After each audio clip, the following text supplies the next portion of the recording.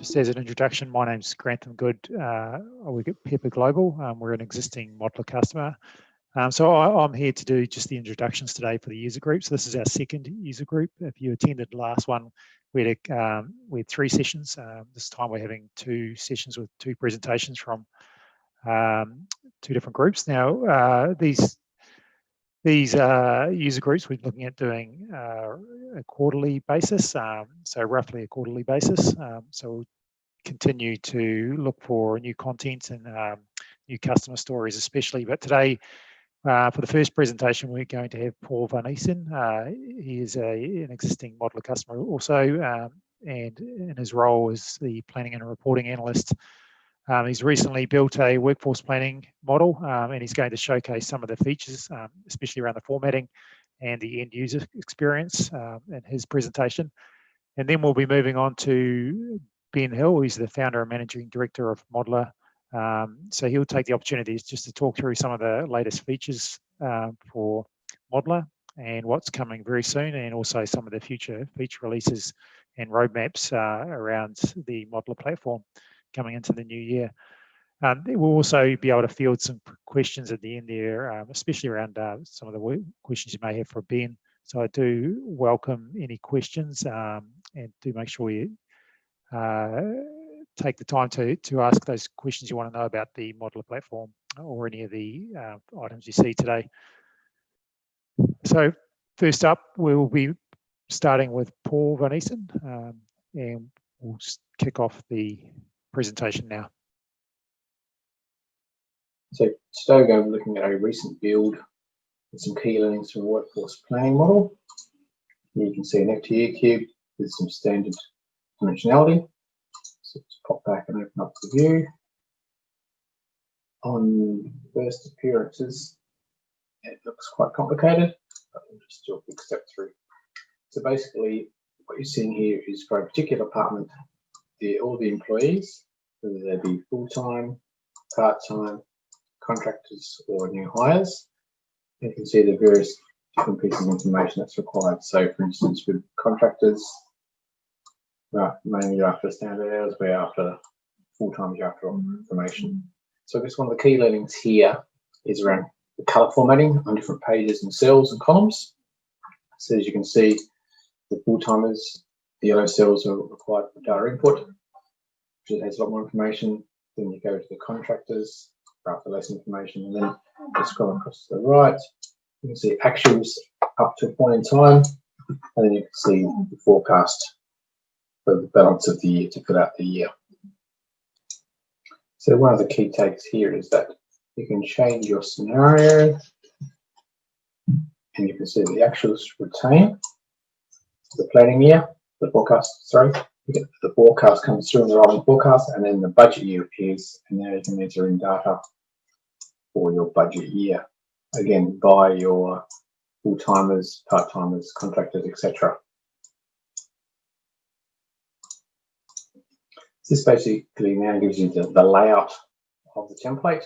So now we'll do a bit of a deep dive into have a look at the behind the scenes of how it all works. Okay, so let's pause that and see how it comes together. So with the pause button, and as you can see here, if I hover the mouse over, you can see this is showing the set 1. So you've got set 1, set 2, set 3, and set 4. And that's across the columns. Likewise on the rows, you've got the sets down the page being the full-timers, part-timers, contractors, etc. So basically you can say full-timers, give me everyone, and then show the total for full-timers. And that will basically compress to show what only data that's applicable, particularly zero suppression. Let's just jump back into the view and have a look at the conditional formatting. So basically all the card formatting is contained in the year dimension across the top. Let's click on the set instructions. So let's look at that. So we're saying the current year, add a space, got some logic, and then add another space, and then apply some style formatting being actuals, budget, sorry, actuals, forecast, and budget. And we've split into 3 separate ones just to make it easier. Let's have a quick look at the logic. So basically, if my element scenario is budget, in which case is on the top left, sorry, equals the variable budget year, then continues. So basically, if I'm budget, do certain actions, so forth. So for actual, saying if I'm at the last level, my year equals my variable current year equals actual. If my month is less than my current month, then continue with actual. Therefore, that gives you the blue cells here. And you can see behind for forecast, saying if my scenario is live forecast, which in this case it's not, I'm at the lowest level, my month is greater than or equal to the current month, then show me the forecast, which will be the data input, which is yellow. Continue. And lastly, with budget, saying if my element scenario is budget and my variable is the current year, then give me the data input, which is yellow. So just to quickly highlight that. So actual is showing here. Let me just jump back to scenario. So with live forecast, because it was forecast, we're saying make it yellow, so data input, so you can change if you need to. And then with the budgeting one, basically saying, because I'm not budget now, this is actual, scroll across to the right, you can see budget now a data input, which is the yellow. The same, or not the same, but the different way of formatting for cells, we're using the headers across the top here to determine what's going to be decimal place and so forth. So here we can say, got some formatting, cell formatting on the numbers, showing decimal places. Here we've got the bonuses showing as percentage. So you can just do cell formatting based on what you like to see there. Likewise with the employees, depending if you're a full-timer, part-timer, contractor, etc., there is some data input cells depending on certain criteria. So just dive quickly into that one. So we're saying we're looking at contractors here. So basically in the hierarchy, we've got all contractors. We're saying reset prior indents. In other words, grab the elements and move them across one so they're all aligned the same. The expand all. Remove consolidation, so remove the consolidator. Suppress any empty elements except for one. So basically keep one record there, which is C divided 1 in this case, plus one extra one because the except one. And then basically the logic is saying if, so basically Excel functionality, so if and or arguments, etc. So if and, so if the first part is saying if I'm a leaf, i.e. the last level, and part of the argument kicks in and says, okay, the or argument kicks in saying or the name, the position, standard hours, the hourly rate, etc. Then make it data inputs, which is the yellow cells you can see here. And continue on and saying to disable it, saying if the element name is bonus percentage, then this is disabled format, otherwise continue. So just to show you what that is, it's basically saying here's all your cell inputs, but here, because we said disabled on the percentage, bonus percentage, it's showing you the disabled signature. So if you want to add a new person in, you can add in who the new person is. And the additional row will be added because of show everything except for one. Delete them, just remove them, and the zero expression comes up again. Likewise with budget, you've got your starters.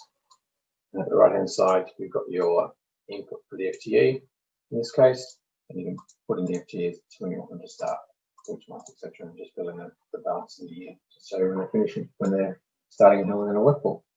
So basically, that's giving you a quick run through of cell formatting, suppression in a workforce planning model, and we can open up the floor to any questions you might have.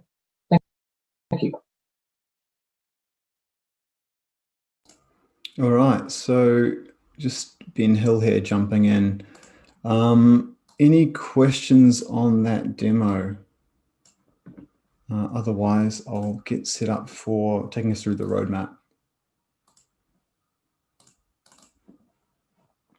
There's a QA system in Zoom, so you should better kind of ask questions, and you can do so privately as well. Otherwise, actually, I'm not sure if there's a way of raising your hand in the system. If there is, feel free to do that. I'll get an alert and I can redirect the question to Paul, who's on the line.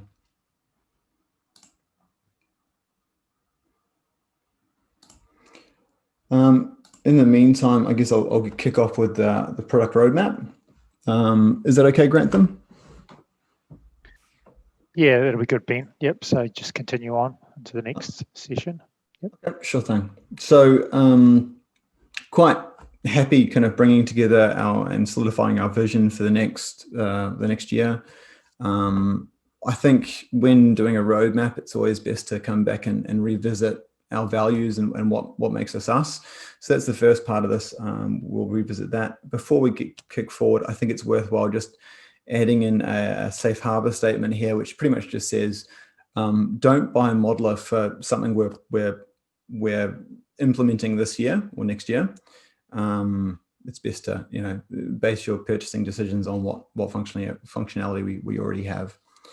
Okay, with that said, I'll jump in. The founding visions behind MODLR is really about ensuring that our customers can afford to have every planning manager in the business with access to the planning software, because without that, it fundamentally defeats the purpose of planning software. We want to automate all aspects of MODLR. So in other words, if there's something you can do by clicking around in the system, you should also be able to automate that, whether that's by code or by kind of another user interface for automation. And then lastly, what we want in MODLR is that the system should be never the limiting factor in kind of capability studies. So where you're looking at implementing a piece of functionality, we're not saying we want to be all things to all customers, but rather that when we're having these discussions, if MODLR can't currently do what you want, you should have an open sky, not having a glass door effectively, so you can actually build the functionality you need on top of MODLR as a platform. So you're still using MODLR and you're just enhancing what you can do. So that's kind of fundamental to where we are. I think before moving and looking back at the roadmap, it's worth also just looking at the different components to MODLR. I've grouped together our front end and back end and the web together. So that's our gateway and thin, as we call them, thin being the front end and gateway being the back end on the web. And then MODLR for Excel being our Excel add-in, where users can go in and build Excel style reports that link into the MODLR cubes. And then lastly, the actual MODLR engine. So that's where we do all that in-memory analytics. And that's the workforce behind everything. Okay, so before jumping into 2021, I thought it'd be worthwhile just checking in on 2020 and how far we've come in kind of the year. And I think it's worth pointing out, I know there's a lot on the screen, but we actually got through quite a bit of functional enhancements in the last calendar year. So we managed to introduce a new user role, an analyst, who can build reports and dashboards, but they're not quite a modeler, so they can't build models from scratch. We've introduced a new mapping object, which is for efficiency reasons. It makes sure that your rules are behaving even more efficiently than a standard feeders would. If you're familiar with other products that have feeders, mappings allow you to do something that is performant as a conditional feeder, so to speak, but probably a little bit more efficient, I'd say. We've introduced process widgets so that users in the front end on dashboards can run processes. Previously, if you wanted the users to run a process in the front end, you'd need to write a custom page for that. So making that functionality again available without any kind of coding skills required. We've implemented data spreading functionality, server controls for notifications when your server is restarting and so on. For cube formulas, we've added a whole slew of cube formulas you can use in calculating numbers in cubes. We've also included a bunch of new process libraries, things like CSV libraries, FTP libraries, that mean you can kind of write a CSV file in MODLR, and then you can FTP that file to a server, or inversely, you can actually download a file using FTP. We've integrated a bunch of new API connectors. We've implemented a bring your own driver system for database connectivity, and that means that we literally support every database under the sun that has a valid database driver. And that's, so that one step alone has meant that MODLR can connect to literally every database available. As long as there's a driver, I should say. We've implemented work view set formula instructions. So if I just point this one out, this is what we saw a little bit of this with Paul's demo just a second ago. Paul used a work view set formula to insert an additional year if he was looking at the budget. We also use these formulas to style the report in a certain way. And it really has enhanced the way that we build reports. And in moving forward, we're doubling down on that strategy. So there's now in the next release before end of year, you'll also be able to set the default elements for your report based on formulas as well. So just extending that. We've introduced pivot and keep and reset functions, so you can quickly pivot your work view by another dimension without having to rebuild or pivot it manually. So it's reduced that down to a single 2 clicks to then see a report cut in a different way. And then optimizations. If I was to list the optimizations out, it would be another 3 slides in this format. So I've just put it as a lump sum. There are some optimizations that have made parts of MODLR an order of magnitude faster than they were in 2019. So it's really exciting to see that. All right, so then looking forward at next year, and again, going through and designing this a couple of weeks ago really was a pleasure, because we got to see exactly where we're gonna take MODLR and solidify that vision. And it's really, I know as a business we're 6 years old, but it's really still feels like it's just the beginning in terms of what we can do. We can already do a lot, but man, it's going to get better. So stepping into it, there's a lot here, and even in this first item, I want to kind of dissect it a little bit, because there's multiple components to this. So many of you will be aware that we've introduced a model file system. This is already supported in Engine. We're now just moving to support this in Gateway and in the Excel add-in. This file system, I'm going to jump back and forward a little bit here. So I'm going to jump forward a couple of slides. This new file system looks like this. It's a separate section at the top of your model, and it lets you upload PDFs, Excel documents, Word documents to that folder or to any folder there. And then it also lets you add shortcuts to various model components. So you can see here, we've got a variable, the month, current month. We've got some processes, the nightly actuals import, notify planning users, rollover time variables, and we can just right click and run those processes. We also have a couple of reports here, the profit and loss planning report and the sales trend by department. And you'll also notice we can see that this report here doesn't have any visualizations attached, whereas this one does. And this folder system is really going to allow us to organize our models in a different way. And that's just the starting point. So once we have the users using this platform, we'll also have this available within the Excel add-in. And that means that users can then upload from the Excel add-in their Excel reports so that they're stored within MODLR. If I jump back up to the item, we are combining this with the ability to then, in your applications, in Gateway, open those reports, those Excel reports within the backend and the front end web. So if you're familiar with these kinds of platforms, you'll be familiar with the idea of publishing an Excel document to your server and then viewing it in the web. So that's that functionality in its essence, although there's a fair bit more to it. So one last component with that file system is that you can actually publish not just a report, an Excel document to your application, but you can publish a whole folder to your application. And that means that within the user interface of the front end, when you navigate to that screen, instead of seeing a report or one object, you'll see that same folder that we saw a second ago, and you'll have access to the processes, the work views, the variables, and kind of anything that's been added to that folder, which makes it a bit easier to maintain moving forward. And that does open a bit of a can of worms around security, and so we've got that a little bit later down on the roadmap. So I will revisit this in a bit more detail. But the next step is, the next feature on the list is conversations. So we're looking to implement kind of a conversation system. It's a little bit like something like Slack or Microsoft Teams, but it's got a much more narrower scope. So it's looking purely, when you're looking at a report, you can open up the conversations panel, and that'll give you a breakdown of the history of conversations against that report.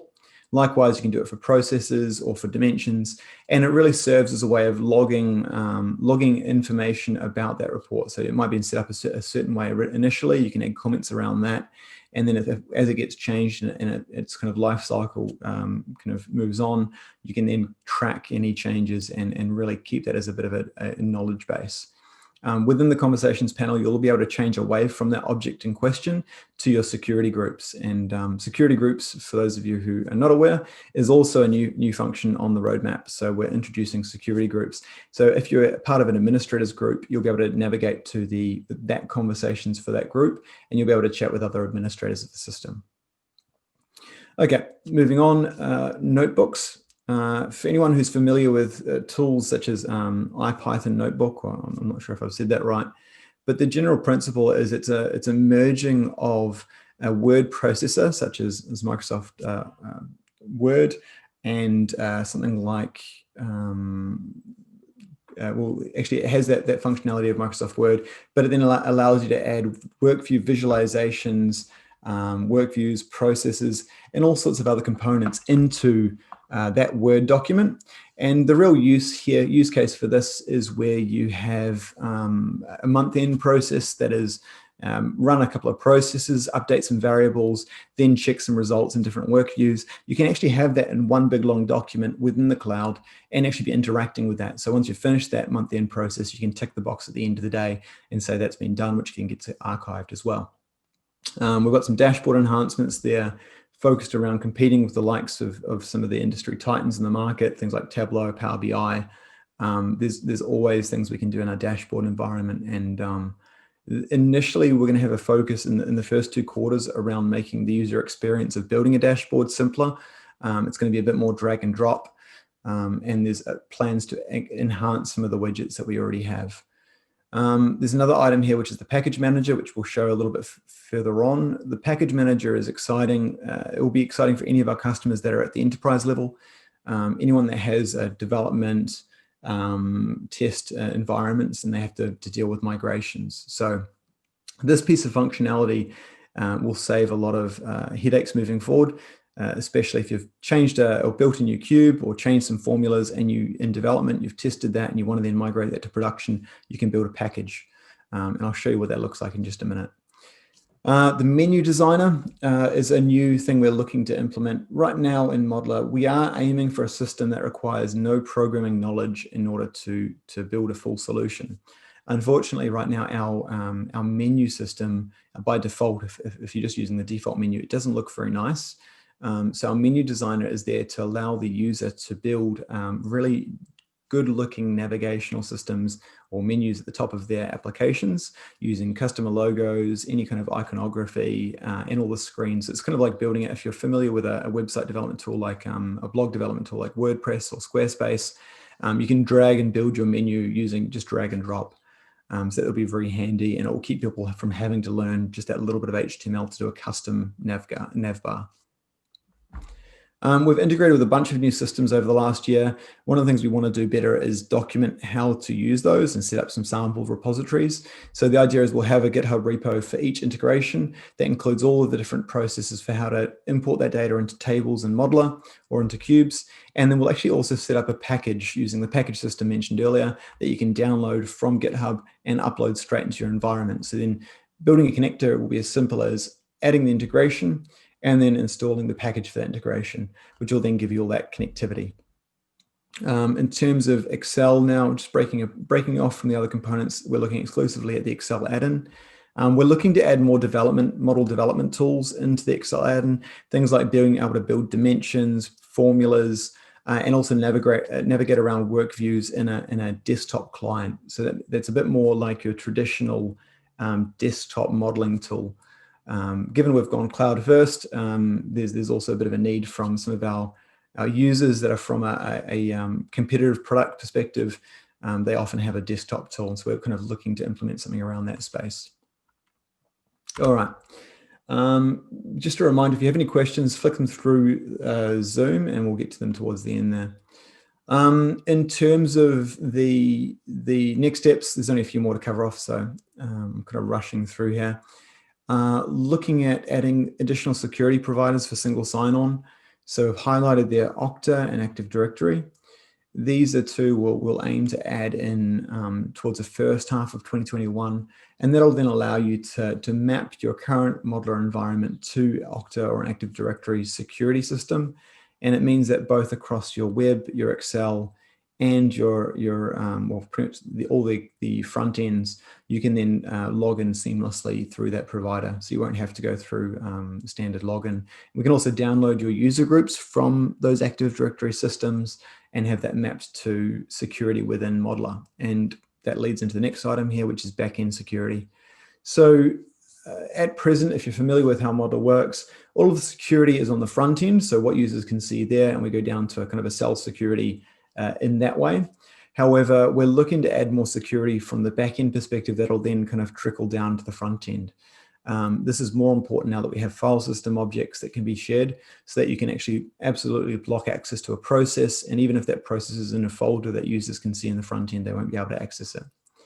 Backend security lets you create any number of user groups or have them driven off Okta or Active Directory, and then add or remove access to things like models, cubes, dimensions, and so on within your environment. One thing we're looking to do differently from standard providers here is also define the behavior for when new objects get created. So you can actually say that, say you have a planning users group, and you want them, when new cubes are made, you want them to automatically have access. You can set that group so that whenever new cubes are made, that group will automatically get a certain level of access. Most systems in the space just will always start off as none, which can cause some issues, because every time you build an object, you then actually have to revisit your security model. And again, we want to automate that.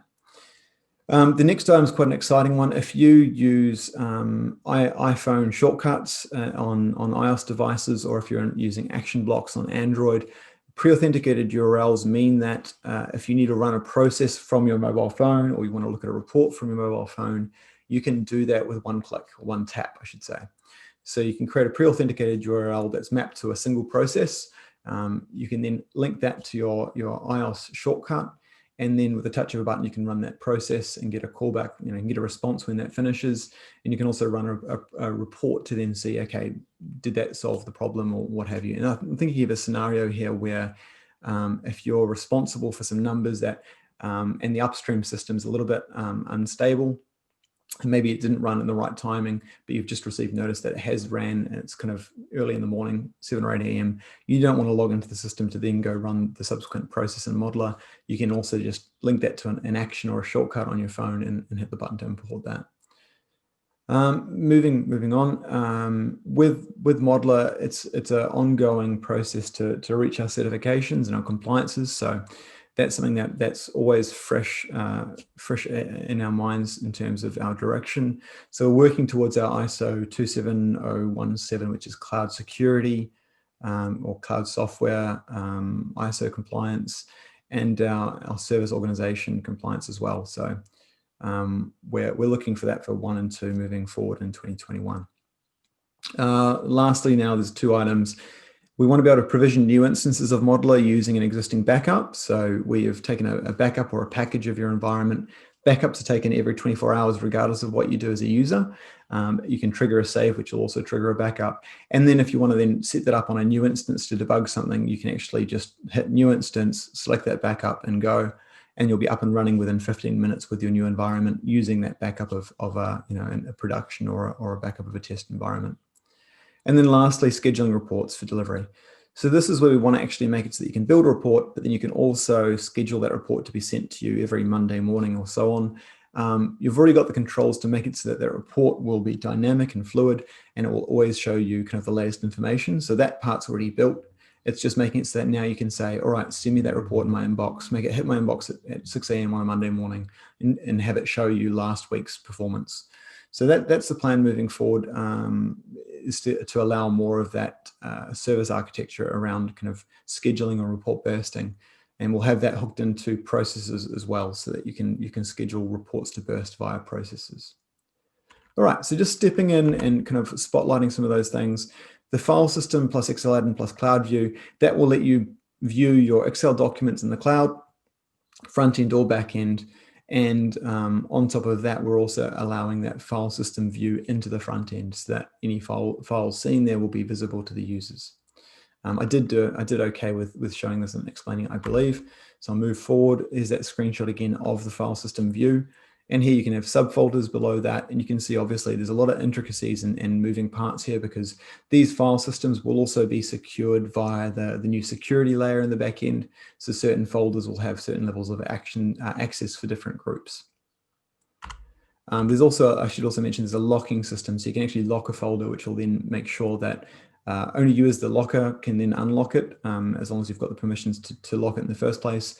And that ensures that no users can add additional things or delete anything or rename anything in that folder. It only works for that level. If you add another folder in here and you lock this top level, you'll still be able to add folders into subsequent levels. And then lastly, the package manager. So this is, we've moved down this path quite deeply. This is already up and running from a packaging perspective, and we're looking at the UI around that next component. You can see we're missing mappings on this list, but it's been added since I took the screenshot. And really what this shows is I'm creating here a migration to production for this month. I'm including a cube, a process, a whole bunch of reports. I've given it a description. And when I hit run down the bottom, I can also choose to tell it to email me when that package has been built. And then on top of that as well, it'll create a file called migration to production 2020-12.package that'll sit in our file system, which is the 5th icon down on the left. So once it completes, I'll get an email. I can also see it in my logs page. And when it's finished, I can see a package file in my directory there that I'll be able to download to my computer. You can actually unpack a package. It's a standard zip file, just renamed as a .package. So you can open it up and you can even actually look at the internals there. And you can make changes. And then when you upload it to MODLR, when you re-import that package to a different environment or for the same environment, you can then you'll get the same kind of method. It'll show up in your logs. You'll see completion. You can tell it to email you when it's done. So this will get around a lot of the stuff that I know across the industry companies are struggling with, is how do you maintain that migration process and ensure change control is adhered to. So that's it for Package Manager. That's it in terms of the roadmap. Happy to then talk and ask if there are any questions or comments or yeah. So floor's open. Yeah, I can't see any questions on the Q&A, Ben, but I've got a question just to kick off really. The process, the scheduling, that method you were talking about on your phone, detail behind that. Is there intentions around having a restart to be able to be scheduled outside of hours in the middle of the night on a weekend or something? Yep. Yeah, there sure is. So we've gone in stages around just server controls in this calendar year. The first stage was better insight as to how your servers are restarting. So now when you restart, you should see a kind of a hold on, the server is restarting notice. The next thing we added was a notification system. So you get an email when your server's down or when it's up. And then we've got one more stage where we're improving that further. So you'll get a bit more insight into what's happening at a point in time. And then as it's actually already been added to our features queue, is the idea that you can actually schedule through the gateway a restart to happen at a set interval. But that's been, so it's actually already added to our queue, and is, it's in the 4th stage. We're currently developing the 3rd stage of that functionality. Okay, yeah. So certainly would help, because we do run it manually. We're happy to do it manually, but having it so you can schedule it at a certain time will be certainly a benefit. The other question I had was the locking of folders you talked about, and two of those folders had work views in it, and that will lock the work view, will it, or will it lock folder? No, it wouldn't lock the work view. However, the work view itself could be locked independently. So you can right click on the work view itself and hit lock. Okay, yeah. So that because that's certainly a risk that we would have at the moment with the big single list.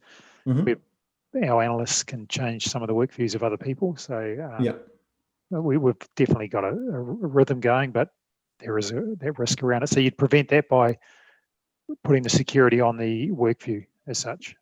Yeah, so you can. There's a couple of ways in the new world kind of 2021 functionality landscape. You should be able to lock via the file system that we saw there. Lock's kind of like a single owner locking. So only the person who created the lock can then unlock it unless an admin overrides it. However, over the top of that, there is that new backend security, and that does actually extend to work views. So for instance, I can imagine a world where you say users have only, you've got, by default, when the security system comes out, there'll only be two groups, an administrators group and a users group. Initially, all of your modeler type users will be upgraded to an administrator, and they'll be added to that group. They'll still be a modeler user type. However, the users group is dynamic, and so when a new user is added to the system, they're automatically added to the users group.